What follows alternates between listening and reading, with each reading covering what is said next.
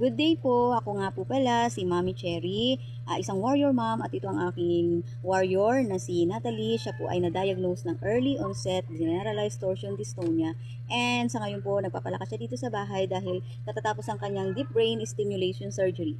Gusto ko pong magpasalamat sa Helping Hand 1835 organization sa pinagkaloob niyo po ng monetary gift noong event ng National Disability Rights Week sa Kumu livestream sa pangunguna po ni Sir Selfless, ni Kuya Don, na nabigyan po yung anak ko ng monetary gift, at dahil po doon ay naibili po namin yun ng isa sa maintenance medicine ng aking anak. Ito po yung gabapentin po. Ayan po, nakabili po ako ng 3 pack ng gabapentin niya po.